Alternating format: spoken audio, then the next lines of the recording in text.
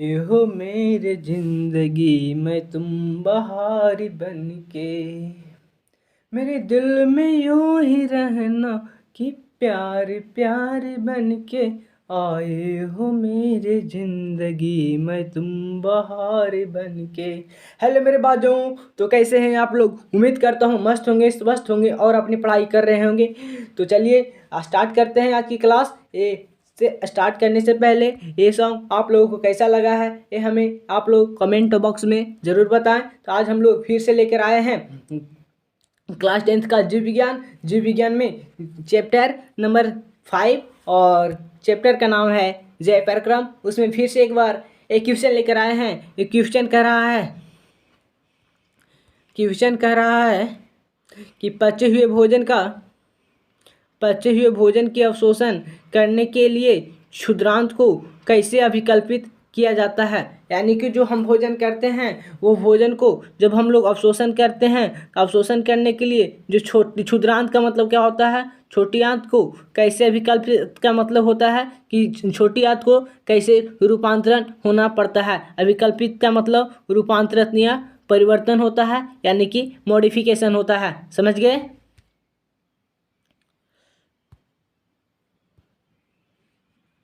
समझ गए यहाँ तक? क्वेश्चन कह रहा था पचे हुए भोजन को अवशोषित करने के लिए छोटी आंत को कैसे अभिकल्पित किया जाता है। छोटी आंत क्या होती है इसके बारे में अगर हम बात करें तो छोटी आंत को इंग्लिश में स्मॉल इंटेस्टाइन भी कहा जाता है। छोटी आंत को इंग्लिश में स्मॉल इंटेस्टाइन भी कहा जाता है। छोटी आंत जो है वो हमारे यहाँ से देखिए, आप लोग यहाँ देखिए, सबसे बाहर हम लोग मुख पाया जाता है। मुख जैसे ही आगे बढ़ता है उसके बाद ग्रशिका आता है।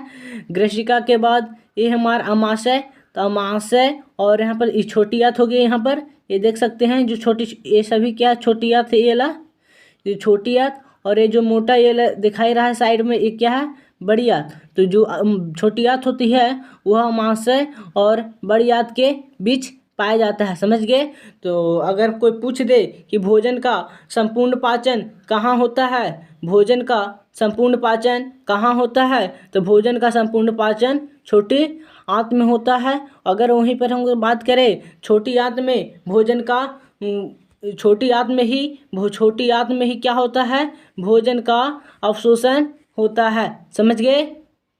छोटी आंत में भोजन का अवशोषण होता है और छोटी आंत में जो भोजन का अवशोषण होता है वह अवशोषण करने के लिए एक संरचना पाई जाती है। छोटी आंत में भोजन को अवशोषित करने के लिए छोटी आंत की भित्ति में एक संरचना पाई जाती है। उस संरचना को सूक्ष्मांकुर कहा जाता है। उस संरचना को क्या कहा जाता है? उस संरचना को सूक्ष्मांकुर यानी कि इंग्लिश में बोले तो विलाई कहा जाता है। छोटी आंत की भित्ति में अवशोषण करने के लिए एक संरचना पाया जाता है जिसे सूक्ष्मांकुर या विलाई कहा जाता है। समझ गए? चलिए आगे बढ़ते हैं नेक्स्ट स्लाइड पर। तो ये जो सूक्ष्मांकुर होते हैं,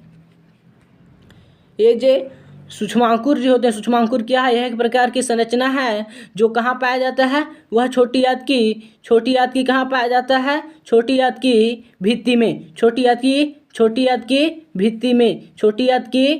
में सूक्ष्मांकुर कहाँ पाया जाता है, छोटी आंत की भित्ति में पाया जाता है। समझ गए?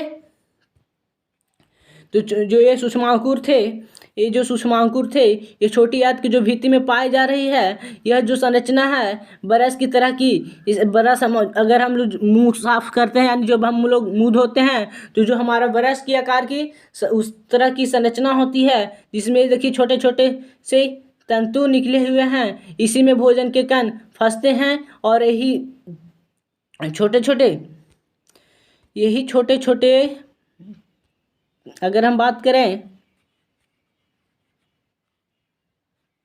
बात करें तो देखिए ये जो छोटी छोटी आपको क्या दिखाई पड़ रहा है, ये छोटी छोटी फैम्ब्रिया यानी कि कोशिका जो ये क्या है, छोटी आंत की भित्ति से कुछ संरचना दिखाई पड़ रहा है जो हमारे ब्रश की तरह की संरचना होती है। और इस ब्रश तरह की संरचना में रक्तवाहिनियाँ भी पाई जाती है। रक्तवाहिनियाँ यानी कि यहाँ पर रक्तवाहिका भी पाया जाता है, समझ गए।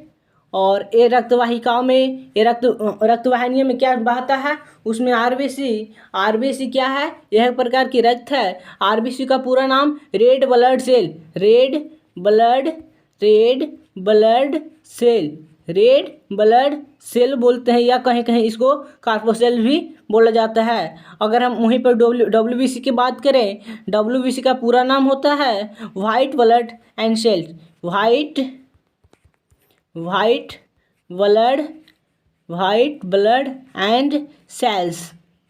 ब्लड एंड सेल, इसे भी वाइट ब्लड एंड कार्पोसेल्स भी कहा जाता है, समझ गए। और तीसरा हमारा क्या कह रहा है, प्लेटलेट्स। ये तीनों कहाँ पाए जाते हैं, ये रक्तवाहिनियों में पाए जाते हैं, समझ गए। और सूक्ष्मांकुर क्या होते हैं, ये छोटी आंत की भित्ति में एक संरचना पाया जाता है जिसे सूक्ष्मांकुर या इसे रसांकुर भी कहा जाता है, समझ गए यहाँ तक। चलिए नेक्स्ट स्लाइड पर चलते हैं। नेक्स्ट स्लाइड कह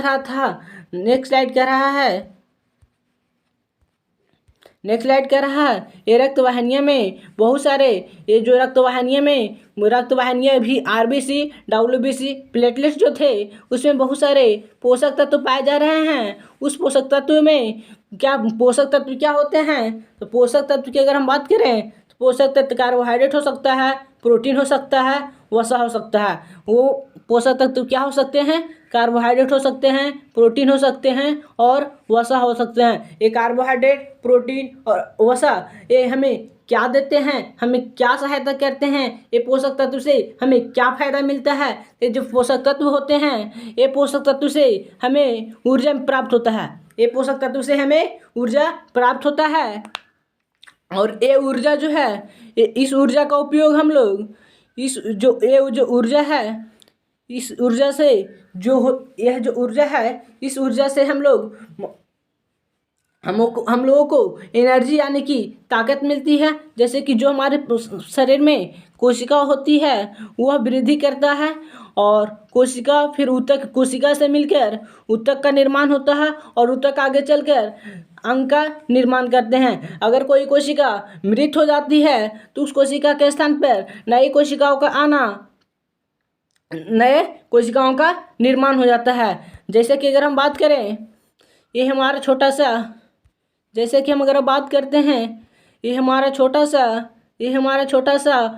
सा भाई है। इस भाई ने क्रिकेट खेलते खेलते गिर गया, और जब गिर गया तो इसके हाथ में जो हाथ की कोशिका थी वह मृत हो गई, और जब मृत हो गया तो इस कोशिका के स्थान पर नई कोशिका आएगा। ये नई कोशिका कहाँ से आ रहा है, ये हमें जो ऊर्जा हम लोग कार्बोहाइड्रेट, प्रोटीन और वसा जो हमें शरीर में प्राप्त होता है, किस चीज़ से, पोषक तत्व से, जिससे ऊर्जा मिलती है। और ये ऊर्जा जो होती है वह नई कोशिका यानी कि जो मृत कोशिका होती है उसका निर्माण करती है। चलिए नेक्स्ट स्लाइड। ये वीडियो आप लोगों को कैसा लगा आप हमें कमेंट बॉक्स में ज़रूर बताएं। तब तक के लिए आप लोगों को थैंक यू, धन्यवाद।